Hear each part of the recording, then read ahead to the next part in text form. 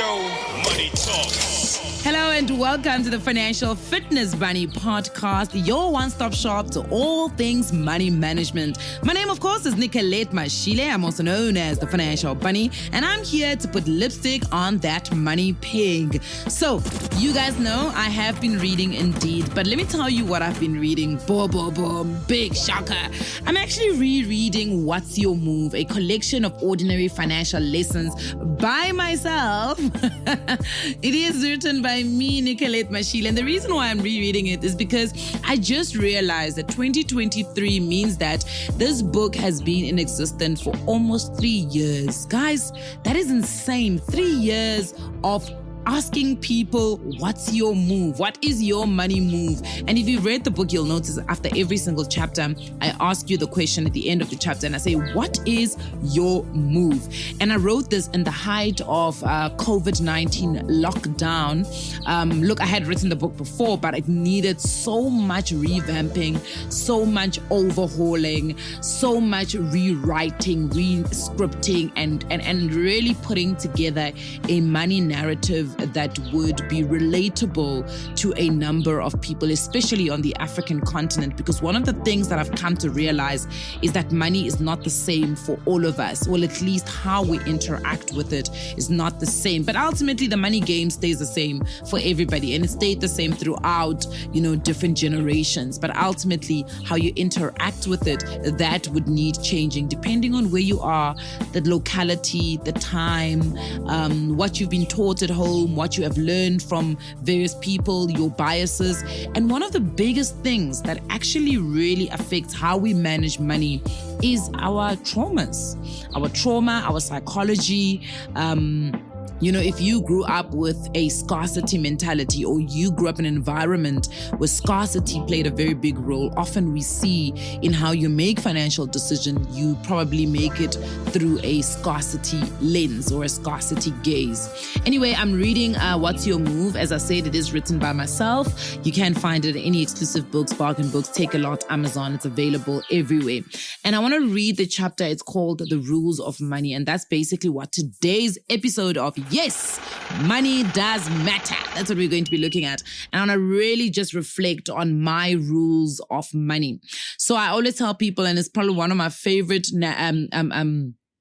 what I call it a narrative or an analogy that I love using when I talk about, it does not matter how much you know about money. If you don't understand the rules of money, that's where you get it wrong. It's like people who love to watch football and they can tell you everything about football. They can tell you strategies. I wish the coach would have done this. I wish the coach would have done that. And you're like, at the end of the day, the most important way in which you can actually strategize for a game is by firstly knowing the basics. And the basics come down to what are the rules? What are the restrictions? What is the red tape? What can I do? What can I not do? The real reason why even things like apartheid were a law in South Africa and people could get away with discriminating against others based on race was the fact that they had made it a law. They had made it a rule. It was acceptable to be able to do those things. So money is also understanding its rules. How does it move? Money is an energy at the end of the day. How does it move? What restricts it from moving? That's very important. I always say, people that make mistakes when it comes to how they manage their money, in myself included, it's generally because you try to bend one of the rules of money and it just refused to bend. It's like playing 30 seconds. Have you ever played 30 seconds with someone who doesn't know 30-second rules? Guys, you just sit there and you're like, okay, so this person's on your team, it's their time, it's their chance. They go up, they pick up the 30-second card, they lift it up, and they just stare at the card. And you sitting there thinking, one, we have a time restriction. It is 30 seconds for a reason. You gotta get all of those terms in time. Then they'll make a mistake and they'll say the article, or they'll use a word that's already in the words. And you're like, you can't do that. You yourself are now telling your own teammates you can't do that, So let's say the clue, for instance, is Standard Bank. And then they say one of the banks or the blue bank. And you're like, but you can't say that because bank is the word on the card. So money is something similar to that. But anyway, how I got to learn about money rules, because unfortunately, money is one of those things that you may find out that you only learn the rules of money once you start having money and having to use money. But we can somehow cheat the code, or put together a cheat code and cheat the system by teaching some of these money rules even before. And yes, we know for many of us, seeing is believing. We want to see things before we actually start to believe them. But at least if you've got some sort of theory around some of these rules, it may just help in the time when you now have to put some of these rules in practice, that you will really learn that these rules are indeed the truth. And I echo some of these rules in my book, and I script them as the simple rules of money. And I do give my credit, of course, to The Richest Man in Babylon by George Clason, and of course, Robert Kiyosaki's Rich Dad, Poor Dad. And my number one money rule is you gotta live below your means. It is a simple concept. Live below your means. I use the apple analogy to try and really paint a picture about how you live below your means. And the apple analogy goes, if you earn 10 apples and you liken those 10 apples to your income every single month, you cannot eat all 10 apples. That is not how you build wealth. That is not how you get month to month. You can't eat, because if you eat all 10 apples, that's when we start having these sayings about you're living paycheck to paycheck. Because that means that if your paycheck next month doesn't come, you ain't living. But if you ate only 8 apples and you didn't eat 10, at least next month you've got 2 apples to try and get you through the month if the salary does not come in. So it's important to understand that you've got to live below your means. Live below the amount of money that you earn. Live below your means is not some English words that are strung together to try and complicate financial management or money management for you. Live below your means that if you earn 10, you must eat 8. If you earn 5, you must eat 3. If you earn 2, you must eat a half. That's how it works. All right. The second one that is very, very important to me is increase the number of income streams. Now, this has gotten a very bad rap in South Africa because we talk about toxic environment and toxic life and hustle culture. And we're like, people are not even getting enough time to just sit and rest and sit in their feelings and feel things because they're always constantly busy. People are using being busy as a coping mechanism. So then they justify it by saying, I've got to have 7 income streams. No, that is not what we're saying. We're not saying become toxic in how you do things. What we're saying is you've got to find ways to increase your money army. And I call it a money army. And all of the things that bring money into you or into your pocket every single month become your money soldiers. So what are your money soldiers? It does not require that you are exhausting yourself month to month trying to have 7 jobs. That's not what we're asking. In fact, what we miss from talking about increasing your income streams is we miss the word diversified. So we should actually read increase a number of your diversified income streams. In other words, the income streams can't all be dependent on Nicolette. Nicolette only has 24 hours. Nicolette only has this body. If this body perishes, Nicolette ceases to exist. So we can't afford to exhaust Nicolette and make Nicolette work 24 hours in a day. No, but what we're saying is buy some income generating assets, so create a passive income strategy that does not require too much of your time. In actual fact, if we're talking about real wealth is not working 24/7. Real wealth is every single year you've got to decrease the amount of time that is required for you to get the same outputs that you were getting last year. So yes, you've got to increase your outputs. Yes, you've got to decrease the time that it takes to be able to increase those outputs. Because at the end of the day, time is actually the asset that we all need to show real wealth. The next one is avoid greed. Avoid greed. It is inherently in some people to be greedy, but this does come from a scarcity mentality. This may come from people who say, yeah, children who are alone, who didn't have siblings are very greedy. No, guys, there's no scientific correlation. In fact, there may be correlation, but there's no causation. And it's important to know the difference difference between causation and correlation. You are not greedy because you are an only child. Because you're an only child, that caused you to be greedy. But you may be greedy and it is correlated to the fact that you are an only child. So those two things may be correlated, but they're not necessarily a cause and effect relationship. And it's important to understand that. You can find people who are greedy because they've had to share all of their life.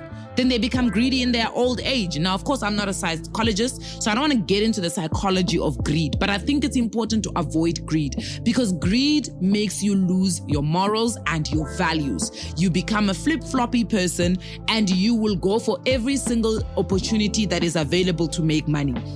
There is where the danger is. Oh, you know where the danger is. You know where the danger is. The danger is there where if you walk into a room and somebody says, do you want a way to make money? Your hand just shoots up. We talk about property stokvel. We talk about triple M. We talk about the stock market. You don't actually have a solid way of actually making money. You want every way of making money. Now, correlated to greed is instant gratification. Now, the reason why we talk about instant gratification is that we live in a world where everything is convenient, okay? In actual fact, let me tell you something crazy. So in the early ages of Zulzi, now Zulzi is a company that was created by, I think his name is, I don't know his name, but I know his surname. His surname is Baloyi, Butlari Baloyi, I think. I may be getting his name wrong, but this gentleman created Zulzi. But more than just creating Zulzi, they actually were the pioneers of delivery services. In actual fact, I could be very, very misaligned, but they were part and parcel of the guys that created the Checker 60 app to help, grocery stores create these delivery apps for themselves. But Zulzi was also running their own delivery service. And Zulzi used to deliver within an hour. But let me tell you, human beings still complained about Zulzi delivering in an hour. So Zulzi today, when I'm recording this podcast, Zulzi literally delivers within 15 minutes. And even sometimes that 15 minutes will piss you off as a person because we've become so accustomed to convenience and things happening quick. I mean, if you go to Woolworths, basically you can make a meal from Woolworths in literally 10 minutes. Okay, a full meal, 3-course meal.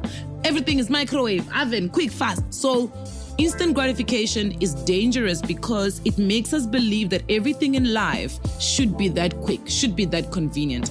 And building wealth, unfortunately, is not. And if you are a greedy person, you may find yourself falling for instant gratification many of times. Get rich quick schemes are in the fold of instant gratification because we want to instantly gratify ourselves. And finance, unfortunately, is not one of those things. And in fact, I've got a very, very, very funny story. I mean, it's not funny, it breaks my heart. Went to a financial institution and I wanted them to support me in terms of creating my animated series of Coco the Money Bunny. If you don't know Coco the Money Bunny, it is my children's program for financial literacy. And this company said to me, Nicolette, we would love to support you. We love this program, but unfortunately, these are not our target audience. This is not our target audience. People that you're trying to teach, which is 3 to 7-year-olds, are not our target audience. They are not our immediate clients. And I said, but they will be. One day they will be, and they will remember your brand. And it just did not land with this person that I was speaking to because instant gratification is very important, even in marketing departments. They want ROI, they want it now, so be careful of instant gratification, be careful of wanting something now, be careful of becoming an impulsive buyer because you want instant gratification. You want something that is going to satisfy whatever the void is that you're trying to cover. That's why I always emphasize and I say money is very closely related to psychology. Why do you need this thing so immediately? Nothing in life is that urgent. We always talk about people in Cape Town. We say people in Cape Town are so slow, they don't have urgency. Why do we need so much urgency? Maybe we need to look at ourselves and say, as Joe Burgers, for instance, why do we need so much urgency? I go to other countries and I'm like, oh, people in this country are so slow. Why was not a sense of urgency? But why do we need so much urgency? What is it in our life that needs us to react immediately? That is a red flag on its own. The next one I want to speak about is as you are getting more income, do not increase your expenditure to meet up. This is not inflation. This is not your returns. You're not trying to keep up with your income by increasing your expenditure. And many of us love doing this. It's like there's like a tax that you pay for when you buy a more expensive car. You buy a more expensive car, all of a sudden it means that now you need to look a certain way, because you can't be driving a Range Rover, for instance, you know. We almost attach a more expensive life as our incomes become bigger, you know. So it's important to make sure that you don't fall into that trap.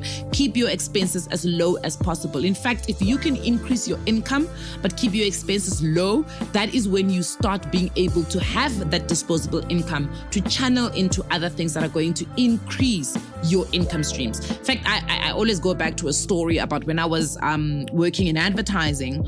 I was earning, my first salary was 13,000, then the next salary was 26,500, my next salary was 50,000, the next salary was 75,000. Now, in between all of those salaries, I can tell you I lived in the same apartment. I didn't even have a TV. Did I even have couches? Like, I can't remember if I had couches, but I was clocking 50 grand take home in my bank account. And people did not understand. People in my life didn't understand. Now, there's obviously a very delicate balance that you've got to still strike. We're not saying, you know, still buy the processed cheese when you can buy Gouda or cheddar, guys. We're not saying don't improve your life. What we're saying is make sure that you are keeping a very close eye on increasing your expenditure, especially when out of the blue, you've got a small increment. The cost of life is already expensive and it's going to increase. Inflation is eating away at the value of our income. So it's important to make sure that you do not help inflation. Don't become an aid to inflation. The next thing that goes hand in hand with avoiding to increase your expenditure is avoiding lifestyle inflation. What is lifestyle inflation? Well, now that I live in Bryanston, I gotta drive a certain car. Well, now that I, work a certain job, I can't drink tap water, I gotta drink bottled water. So part of your groceries now is buying bottled water. Oh, I don't drink coffee because it's not coffee, I gotta drink Jacobs. I mean, unless it's for health reasons, baby girl, baby boy, change it. But there's no need to change it if it's because of social status. So it's important to avoid lifestyle inflation. Does the quality of your life need to become better every year? Of course. Are there areas in your life that you need to improve certain things so that you are living a better quality life? Indeed. But there are certain things that me and you, the inspiration behind all of these changes are not internal. They are external locus of what, as they say in psychology. So it's important to make sure that you are managing. So maybe let me not use the word avoid lifestyle inflation because it will happen, but rather try to manage your lifestyle inflation. And don't look at the inflationary rate that we get, and I'm connecting the two because obviously inflation is also the reason why the cost of living has gone up. It's important to know your own lifestyle and understand who you are. There are things that in your life that you will pay for without blinking an eye. Very important to understand that you don't have to have the top range. The iPhone is out. We don't all have to have the iPhone 14. My iPhone 13 still does what the iPhone 14 can do. I don't need, because of lifestyle, to keep up every year when Apple decides they're going to upgrade their phone and scam you by changing the camera slightly. Now we must all jump to the iPhone 14. Bruh. It's not necessary, okay? It's not necessary. The next one is, it's not what you make, it is what you keep. Going back to live below your means. It is not how much money you make. There are people who make the 50,000 I was talking about earlier who are miserable because they actually are living paycheck to paycheck. Why? Because their expenses, their debt, their life, it accumulates to 50,000 Rand every month. Those people do not have wealth. They have not started building their wealth because they are living to the maximum of what they've got every month. You are better off earning 15,000 a month and being able to put away 5,000 every month versus somebody that may look like they've got a better lifestyle than you who's earning 50,000, but they need 50,000 every single month. In fact, they don't put away even 5 bob. So it is not about what you make. And I think we've looked at this in a very weird way. A lot of us think that if you've got a high paycheck, it means that you are. No. If you've got a high paycheck, but your life is as high as the paycheck, sometimes even more, because people then live in their overdrafts. People then live on their credit cards. People having to take out quick loans. I don't think you're doing well if that's what you are doing. The next thing that you've got to think about is to protect your wealth. Your wealth starts with you. You are mainly, all of us, when we start off, we are the main asset. We've got to take care of ourselves. The gentleman that edits and mixes and does all crazy things on my podcast so I sound great, he has himself, he has his skill. If he is to lose his eyesight, there's many things he might not be able to do at the rate at which he's doing them. If he is drunk all the time and the next day is always a write-off, it means on that day he's potentially lost income that he could have made if he was somewhere else editing for somebody, recording for somebody, doing all of that. We are our most important assets. I'm not saying don't go party. I'm saying while you're doing it, remember that you are the most important asset. If you don't sleep at night because you think hustle life toxic, you slow yourself down. So you've got to make sure that you are protected. Where is the income protection? Where is the disability cover? Where are all of those things that are going to step in to assist you if something is to happen to you? Then secondly, you've got to protect the things that help you make those big amounts of money. So again, the gentleman that does this for us, he's got a laptop, he's got a mixer, he's got mics. All of those things need to be protected, because if something happens, if he gets into a taxi, somebody hijacks that taxi, steals all of his equipment. Never give me. He cannot make money. He can't record. He can't mix because he needs those things. So where's the short-term insurance? Where is the equipment insurance? All of these things, we take it for granted because we think these things can never happen to me. These things can never happen to you, but they happen to people every day. They happen to someone every day, which means that your time may be coming. Touch wood, it doesn't happen to you, but it can happen. So it's important to protect those things that allow you and help you by making your wealth. The other way of looking at this protection that we talk about is simply to say, how do I protect myself so that I don't put all of my money? I have a big problem. I am so biased towards property. I literally think property is the best thing in the world. And that is also a problem because I'm not protecting myself from the property industry. If the property industry had to go pear-shaped, I'm in trouble with it. So how do I then help myself? I then diversify my wealth. I take my money from stocks, I put it into property, I put it into bonds, put it into businesses, I put it into very quick trading stuff. You've got to protect your wealth. The next thing is beware of your personal finance biases. Beware of being that type of person that goes, skoloto ke bophelo. That is a bias you have learned over the years. That you think, let's all just get into debt. It does not matter what the debt is because everybody is living off debt. No, sweetie, you are living off bad debt. The rest of us are living on well-informed, well-calculated, leveraged debt. You are living off bad, high interest rate debt because you have convinced yourself that skoloto ke bophelo. Skoloto is not bophelo. Be very careful. Ostrich bias. Pretending like finance doesn't exist because you don't like finance. I don't like talking about money. People who talk about money make me so uncomfortable and make everything so uneasy. No, sweetheart. You must know what is happening in your finances. You must know what's happening in your finances. Or else what are you doing? Ushapa get a shock every time. Every time you run out of money. Oh my goodness, I can't believe I couldn't cover all my things this month. That's because you don't budget. It's as simple as that. So you could not have seen what was going to come because you didn't budget. Oh, COVID hit us and now we're getting our cars repossessed. Don't lie. You've been messing up with your payments for your car. COVID didn't happen and lockdown happened and all of a sudden banks were taking people's cars, guys. You must have had a track record of not paying for months and months, and the bank eventually said, we're heartful with you, so we're coming to repossess your car. You knew. I'm not saying it's your fault that it's happening, but I said you knew and you should have known. But if you decided not to know, it's because you've got an ostrich bias. Confirmation bias. You are so sure of certain things. Where you are not going to do certain things because it's expensive. I'm not going to go to that restaurant because I know it's expensive. How do you know it's expensive? Come on, even the water is expensive. Well, you are not being serious. There are many biases we've got. There's a bias where people think they know too much. So because they've got this intelligence, they don't even bother to look at other information that could potentially tell them, you're not as good as you think you are. Leave room for improvement. So these are some of the things that you've got to be very, very careful about. Your own personal finance biases that you may be carrying because of childhood trauma, because of childhood environments, because of experiences, because of exposure.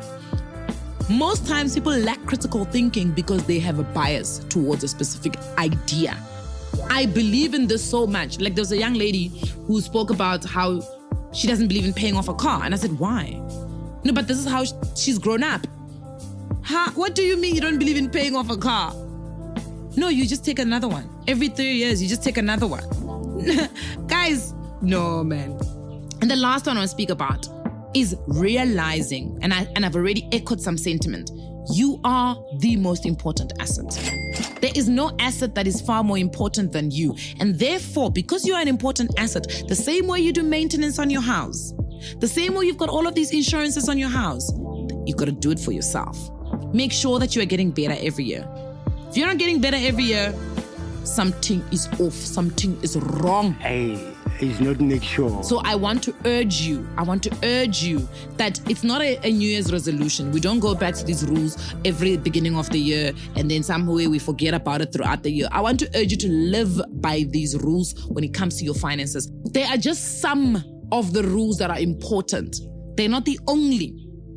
So figure out what is your little black book of money rules that you're going to live up to. And you know what? If you want to make some changes, pick 1 or 2 of these rules. Pick 1 or 2.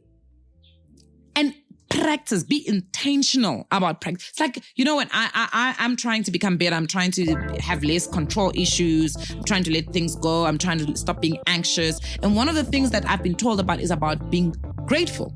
Having gratitude as an attitude. And the one way for me to become more grateful and be aware of the things that I've got is by journaling. And I hate journaling. I didn't even write a diary when I was a teenager, guys. That's how you know how much I hate diary entries writing. But I know that I'm trying to become better. So I have to be intentional about journaling, especially about my gratitude. So pick 1 or 2 of these rules and decide that this is the way I want to start living my life. This is the way. Because yes, no matter what you think, yes, money does matter. I hope to catch you guys on the next one as we become a little bit better when it comes to managing our money. Remember to tune into our next episode of the Financial Fitness Bunny podcast because yes, money does matter.